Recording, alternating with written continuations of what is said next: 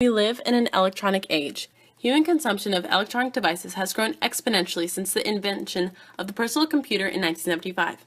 In order to meet consumer demands, electronic companies continually increase their output, shipping over 2 billion electronic devices in 2015 alone. Electronics are great and they help us do many things, such as communicate, take photos, check social media, and use the internet. However, when these products go out of style or they break, we quickly dispose of them to buy a new model.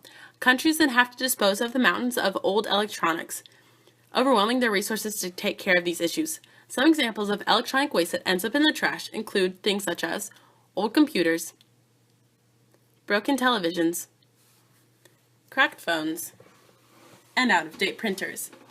Highly industrialized countries such as the US and France then find it easier and cheaper to send their electronic refuse or e-waste to developing countries overseas. These countries do not generate nearly the same volume of e-waste that the US has and could use the income the exporting countries would provide. E-waste is then sent to countries around the world such as China, India, Pakistan, and Ghana, to name a few. In these countries, waste is dumped into landfills. Over time, these landfills fill with decaying e-waste, contaminating the land around it. And electronics do not last forever and they soon begin to break down. After filling landfills, toxic components of electronics leach into the ground and contaminate groundwater, workers inhale hazardous gases from burning materials, and harmful toxins are released into the air. Hazardous components of electronics include things such as lead, mercury, and beryllium that can adversely affect people that come into contact with them, demonstrating signs of neurological, digestive, and bone issues, for example. However, this industry is profitable and workers can earn a higher salary here than other jobs that surround them. They reuse materials such as copper to fashion into objects that can be resold to developed consumer countries, such as the rings fashioned from trash as shown. This is the life cycle of your electronics. We generate enormous amounts of waste that ends up in landfills in developing countries, contaminating the soil. In the end, people are hurt and become ill, and there is significant environmental degradation.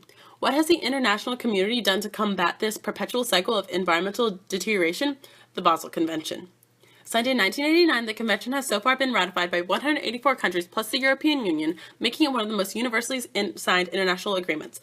Under the Basel Convention, parties agree to implement domestic legislation that reduces waste production to be shipped overseas, promotes the environmentally sound management of hazardous waste, and restricts the transboundary movement of such waste from developed to less developed countries. Essentially, the convention regulates the transboundary trade of hazardous materials, which in 2002 began to include e-waste.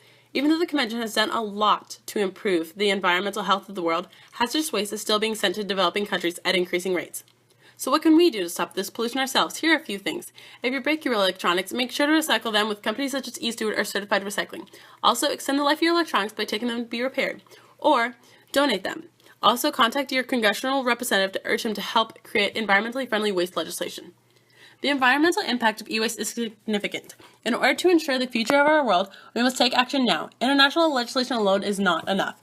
We, the consumers, must do our part, and if we remain environmentally conscious and dispose of our electronics responsibly, then we can perhaps decrease global e-waste and create a greener world.